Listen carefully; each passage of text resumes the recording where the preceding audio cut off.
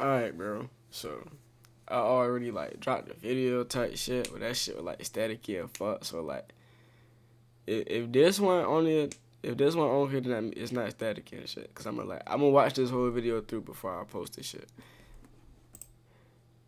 Pledge night at Delta Gamma Shit. What the fuck? was infamous for...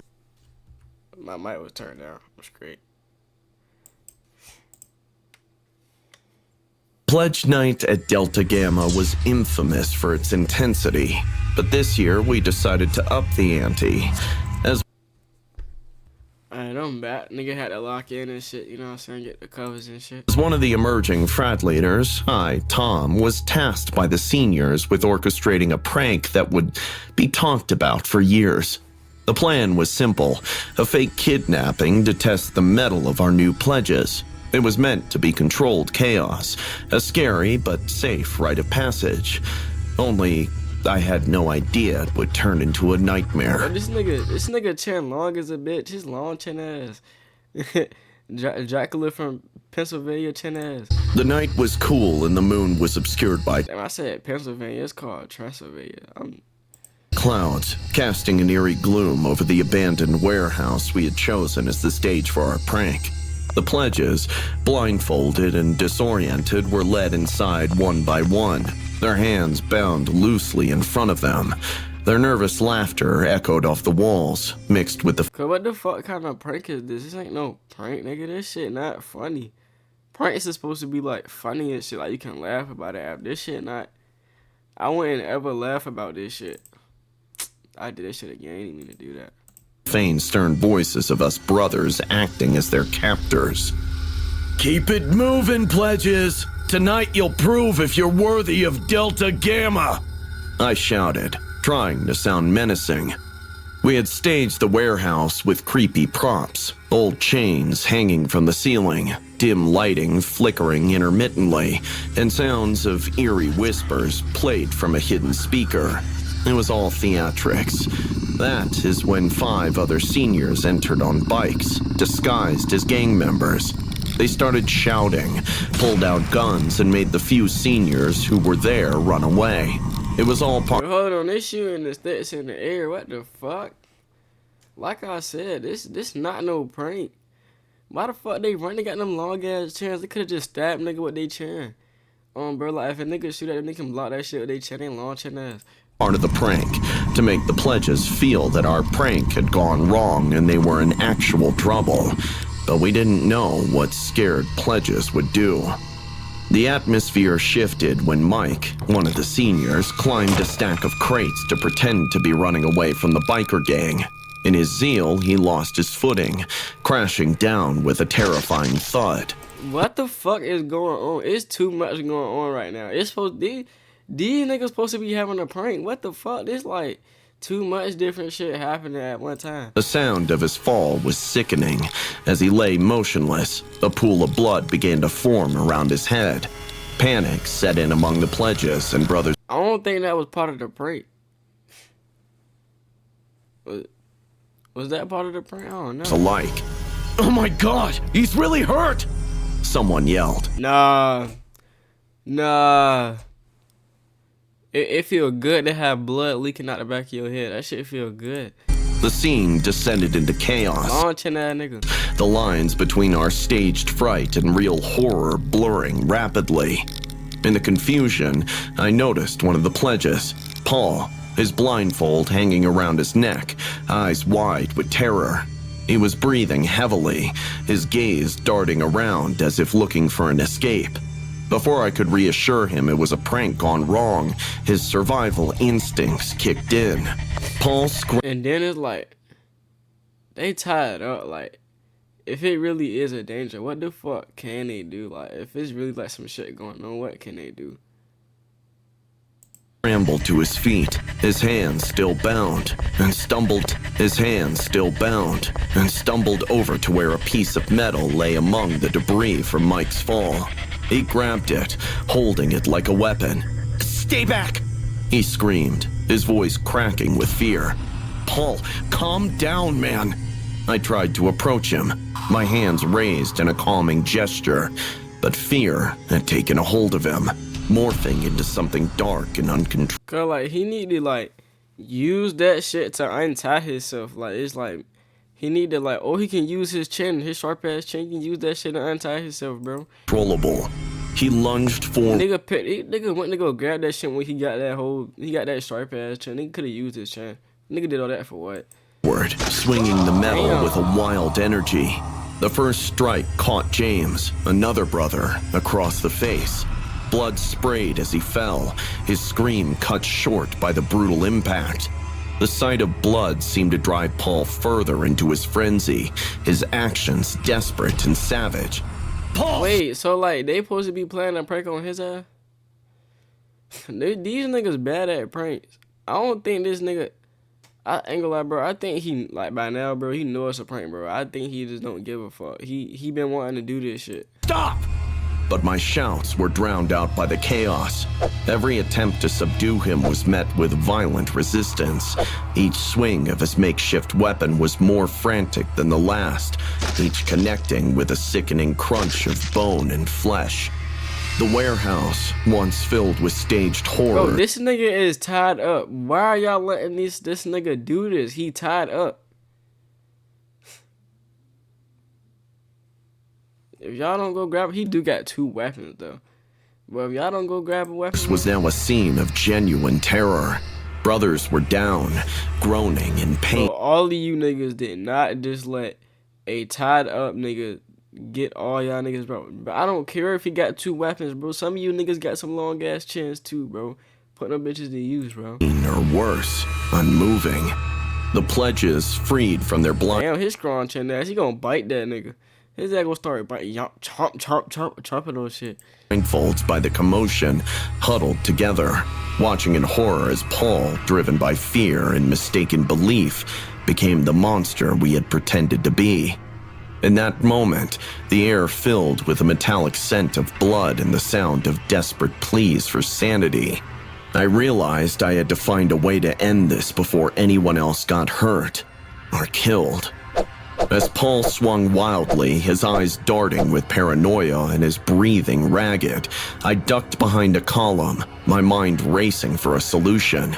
The situation... Nigga, you got your chin on you, his chin long too, bro. Like the fuck? Nigga hiding with his chin on him. They needed to take that nigga chin, bro. He ain't even using that bitch. Nigga got that bitch for no reason. Had spiraled out of control, our prank turning into a horrific reality. Each cry and thud of metal striking flesh hammered home the direness of the predicament. I knew I had to act fast. Paul, listen to me! I attempted again, shouting over the chaos, trying to pierce the veil of his terror. Nobody is trying to hurt you! It's all a setup! But reasoning with him was futile. His terror had morphed into a frenzied survival instinct that saw threats in every shadow and every movement. As I peeked from behind the column, I saw him turn toward me, his expression twisted in confusion and rage.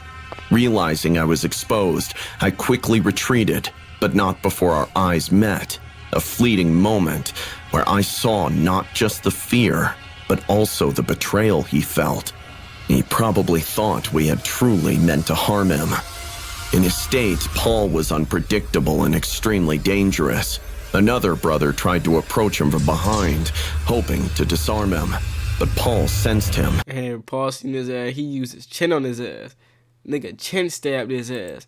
And reacted with terrifying speed. He swung the piece of metal, connecting with the brother's leg with a crack that echoed through the warehouse. The brother collapsed with a scream. There's 2 of y'all niggas, like, one could have sacrificed himself, the other nigga came from behind. Matter of fact, Brody that's hiding could have came from behind. He could go from behind right now and just stab him in the neck with his chin, like, go up behind him right now. Or just stick his ass, like, fuck all that trolling. He really can just go up behind him and stick his ass, bro. He tied up, bro. One punch, the nigga gonna fall, I'm telling you. Clutching his leg in agony. Get that nigga a good ass swing, bro. His ass gonna fall. The air was thick with panic and the sharp tang of blood. It was clear that if we didn't subdue Paul soon, we might not make it out without serious casualties, or worse. I scanned the room for something to use, my gaze settling on a thick rope used as part of the decor. An idea formed, desperate but necessary. I grabbed the rope and motioned to two of my remaining uninjured brothers. With a quick plan whispered between us, we spread out, encircling Paul with care not to draw his attention prematurely. The idea was to restrain him without causing further injury, to him or us. Timing was everything. As Paul turned to fend off another imaginary attacker, we moved. I approached from the front, keeping his focus on me, while the others approached from his sides. Paul, we don't want to hurt. Why the fuck, dude? Why do these niggas got tied like ropes and shit? He already tied up. But what the fuck can you tie up next? His legs? They gonna strangle that nigga or some shit? What the fuck? They gonna tie up his chest so he can't use that bitch to stab niggas? He already got something else to stab niggas with. Hurt you, I said, keeping my tone steady, my hands visible and open. His hesitation gave us the moment we needed. The brothers lunged, catching him off guard. We tackled him to the ground, the impact knocking the metal bar away. He struggled fiercely, screaming incoherently about betrayal and traps. With the rope, we quickly tied his hands, securing him firmly. His screams slowly turned into sobs, the fight draining out of him as the reality of the situation began to dawn on him. Once Paul was secured and no longer a threat, we turned our attention to the injured. The air was a cacophony of groans. Yo, this nigga is still in the same position. These niggas ain't ever doing a prank on nobody else ever again, bro. Like, these niggas ain't doing no more pranks, bro. Urgent voices. I pulled out my phone, the screen cracked but functional, and dialed 911. The call went through, and I hastily explained the situation, my voice shaky with adrenaline and relief. Emergency services arrived quickly, their sirens cutting through the silence that had settled over the warehouse. As paramedics tended to the wounded, police officers took statements. Paul was gently led away, a blanket around his shoulders, his eyes empty of the manic terror, but now filled with a dawning regret. Sitting on the back of an ambulance, watching the flurry of activity, the weight of what had happened settled on me. Our prank, meant to be a bonding experience, had turned into a traumatic event that would leave scars on all of us. Guilt gnawed at me as I considered how quickly things had escalated and how badly they... Y'all niggas green as hell gonna call the police on, bro. Like y'all not the reason that shit happened. Y'all lame ass. Don't do no more pranks on nobody. They gonna call the police on niggas and shit. I don't think he ain't killed nobody, did he? Could have ended. It was a Friday night like any other at Delta Psi, with the bass thumping through the grand old frat house and red cups littering nearly every surface. As one of the senior members, I, Damon, had seen my fair share of wild nights, but this one was special. It was our annual pledge invitation party, and everyone was buzzing with a mix of excitement and beer-fueled bravado. Jason, the pledge in question, was a quiet guy, not your typical... Yo, like, niggas like this. Niggas like you don't need to go to parties. What the fuck? He's not even there with nobody. He just drinking and staring at niggas. Like, I hate niggas like that. Like, you telling me you went to a party to stand by yourself and stare at niggas? You gonna sit there and watch, like, just watch everybody, like, the fuck is you looking at, bro? Like, what is you, like, you just gonna watch, my nigga? Frat star. Earlier that week, some of the guys thought it would be hilarious to make him wear... Yo, he's still making that fade? Oh, they making fun of this nigga? Okay. A grotesque mask, a gnarled, twisted face that looked like it belonged in a horror movie, and... You don't need that mask. Nigga already look like that. What the fuck? What's the difference? Yeah, they just gave a nigga the same face, but with no hair. They didn't already look like that. Parade him around campus. It was just a prank, we thought. Harmless fun, but the look in Jason's eyes when the mask came off said otherwise. Look at that nigga. Nigga just grew hair. That's all the nigga did was grow hair. It was a mixture of humiliation and something else. How the fuck he put the mask on then? Nigga didn't have to do that shit. Nigga just did that shit. Something darker. The party was in full swing when I stepped outside for some air, leaving the cacophony of shouts and music behind me. The backyard was cooler, the moon a dim light flittering through the branches of the old oaks that surrounded our property. That's when I heard it, the softest whisper of a footstep behind me. I turned. Bro, get some fucking facial hair, bro. I'm tired of seeing this nigga chant too, bro. Nigga shit like 2 ass cheeks. Expecting to see one of my brothers sneaking out with a freshman, but there was no one there. Chalking it up to the alcohol, Why specifically with a freshman, man? I headed back inside. The hallway seemed unusually dark, the lights flickering as if straining against a sudden drain of power. A chill ran down my spine, the hairs on my arms standing on end. I shook off the feeling and pushed the heavy door to the main party room open. The scene inside had changed. The music still played, but there was a palpable tension in the air. I found Jake, one of my frat brothers, pale and shaken, staring at something on the floor. It was Sam, another brother, lying motionless, a replica of the grotesque mask strapped to his face. A bolt, a damn crossbow bolt, was lodged in his chest. "What the hell happened?" I gasped, my heart pounding as I knelt down beside him. Jake couldn't form words, just pointed towards the darkened corridor that led to the back rooms. "He's here, Jason, with a crossbow," Jake finally stammered. The reality of the situation hit me like a brick. This was no longer a party, it was a hunting ground. The next few hours were a blur of chaos and fear. We found— What the fuck is this nigga backstory? I gotta hear this nigga, cause it gotta be more to the story, bro. Like, I know this nigga not finna, like, I know this nigga ain't finna come to the party and kill everybody because niggas told him to put on a fucking mask that looked just like him. Nigga, you didn't have to put the mask on. You could have said no. You could have took that bitch off. You could have did so much other shit. You let niggas bitch you into putting the mask on. You did that shit. Found 3 more of our brothers, each isolated, each wearing a mask, and each cruelly picked off from the Yo, what type of creepy shit this nigga on? This nigga going, every time he kill a nigga, he gonna put a mask on their ass. shadows with deadly precision.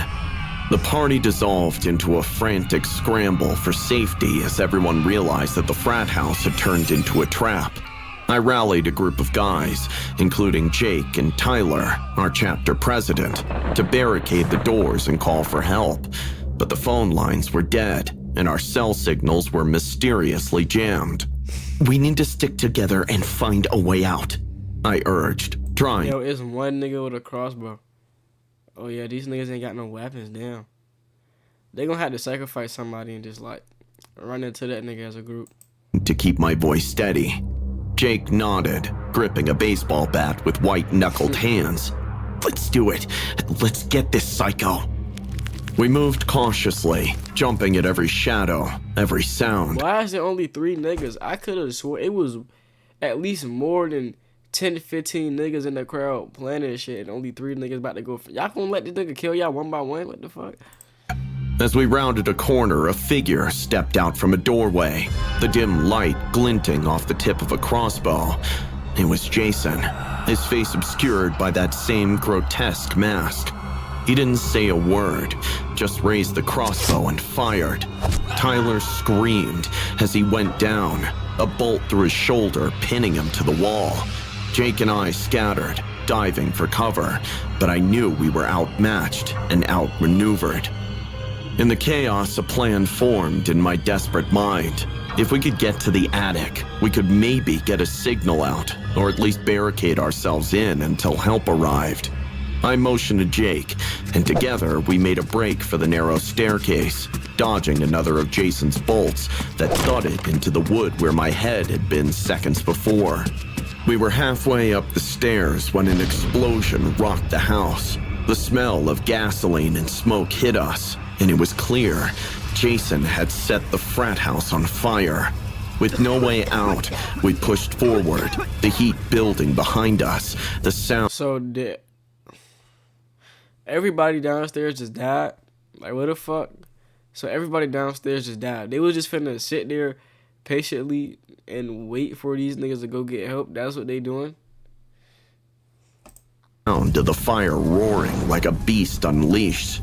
The attic was stifling, the air thick with dust and the growing stench of smoke from below.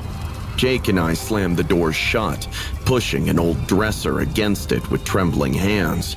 The crackle and pop of the fire grew louder. Outside, the flames painted the windows orange, the heat pressing in like an unwelcomed crowd. "We're gonna cook up here, aren't we?" Jake's voice was barely a whisper, raw with fear. "No, we're not," I replied, more to convince myself than him.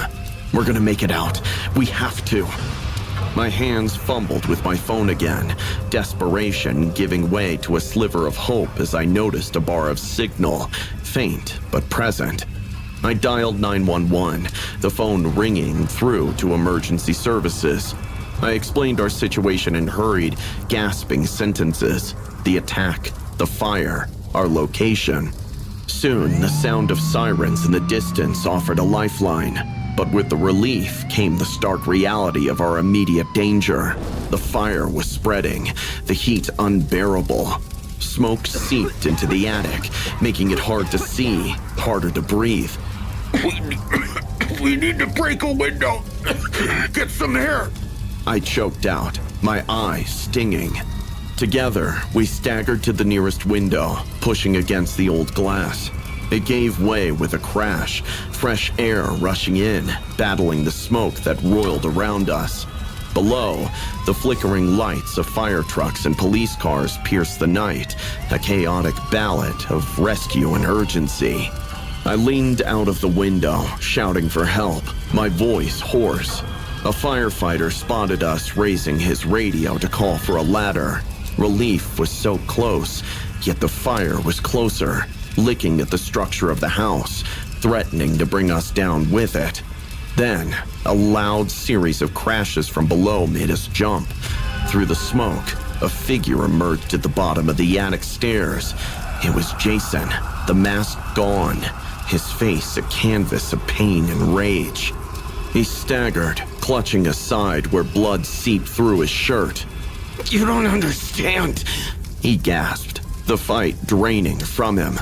"They made me a monster!" Nigga, nobody made you a monster. All they did was just put a mask on you. What is this nigga backstory? Like I said, I gotta know this nigga backstory. I stared at him, the chaos around us narrowing into the sharp point of this final confrontation. "You didn't have to do this, Jason. You could have walked away. Could I?" His laugh was a hollow sound, broken and sad. He took a step forward, then another, before collapsing, his body giving way, succumbing to his injuries and the smoke filling his lungs. The room spun, the heat a tangible weight on my chest. Jake and I retreated to the window, the ladder finally arriving. Firefighters climbed towards us. I took one last look at Jason, lying motionless on the floor. His plan had ended in his own destruction, a tragic footnote to a night of horror. We were helped onto the ladder, descending into the cool night air, away from the heat and the death. Sirens wailed, lights flashed, and I realized how close we had come to not making it out alive. The ground felt unreal beneath my feet, the normal world a stark contrast to the hell we had just escaped. In the days that followed, the investigation would reveal the depths of Jason's planning, the lengths to which he had gone to exact his revenge. The masks, the crossbow, the fire. It was all a meticulously crafted nightmare born from a moment of humiliation that he just couldn't move past. I survived, but like the charred remains of the frat house, I knew I'd never be the same.